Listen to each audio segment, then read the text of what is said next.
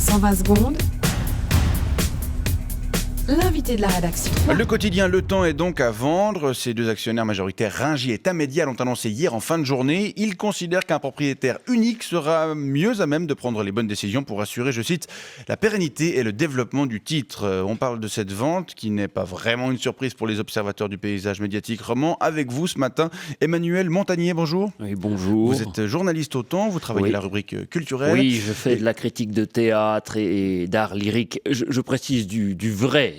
Du vrai théâtre, les productions parisiennes, ce qui se donne au Victoria Hall, au Grand Théâtre, à la rigueur, à la Comédie ou à Carouge, mais pas les scories des compagnies indépendantes locales. Vous êtes un ancien, puisque vous travaillez au Temps depuis sa fondation. Oui, tout à fait. En 1998, j'étais auparavant au Journal de Genève depuis 1990. Oui, j'ai commencé en 1990 au Journal de Genève. Et alors, est-ce qu'aujourd'hui, vous êtes inquiet pour l'avenir de votre journal? Alors pas du tout, et je dirais même au contraire. J'ai beaucoup d'espoir, c'est une annonce qui va, à mon sens, dans la bonne direction et qui suit une tendance favorable. Il y a quelques mois déjà, la direction a décidé, vous vous en souvenez, de se séparer de tout ce qui était vulgaire dans le journal, autrement dit les musiques actuelles et les sports. Et je pense qu'avec cette vente, eh bien, le journal va pouvoir prendre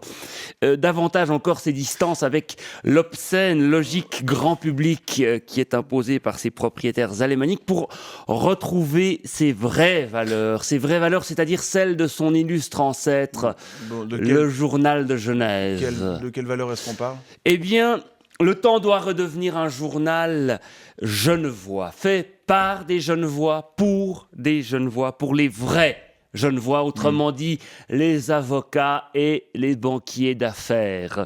Un public, comme on dit malheureusement, qui a besoin d'avoir quelques informations internationales pointues, des papiers de fond sur la politique genevoise, à la rigueur quelques éléments de politique fédérale, de grands articles de fond sur la culture pour pouvoir briller en société et surtout des informations économiques et financières pointues et incompréhensibles pour la plèbe. C'est un public cible qui réduit votre lectorat à la portion qu'on veut. Le lectorat, mais c'est vulgaire. Laissons ces notions de lectorat, de tirage à la presse de caniveau et adressons-nous à l'élite. Adressons-nous à l'élite et assumons. Faisons un journal où l'on peut utiliser des mots comme exégèse, métatextuel ou protoglyphe.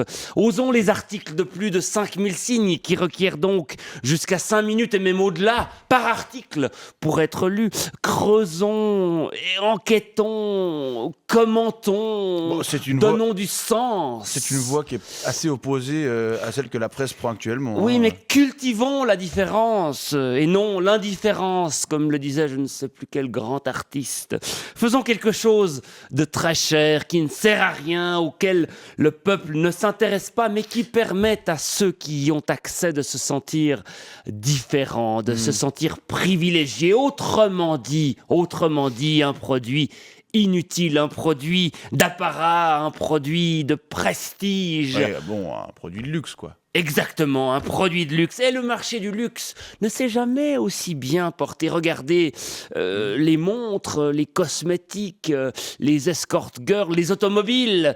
Alors pourquoi pas la presse de luxe? Pourquoi pas? Je suis sûr qu'un investisseur va prochainement sortir du bois pour que cet objet prestigieux puisse continuer à exister. Il y a bien assez de pognon dans ce coin de pays pour permettre à cette magnifique danseuse de vivre pour autant qu'elle assume et qu'elle retrouve ses vraies valeurs. Très bien. Emmanuel Montagnier, je rappelle que vous êtes journaliste culturel au quotidien Le Temps et vous nous faisiez part de votre sérénité quant à l'avenir de votre journal qui est donc en vente depuis hier. Bonne journée. Ouais, il paraît qu'il y a une petite annonce qui est parue pour la culturelle ici à la RTS. C'est toujours Barlet, le rédacteur en chef. Oui. Je vais aller le voir. 120 secondes avec les séjours linguistiques EF. EF.com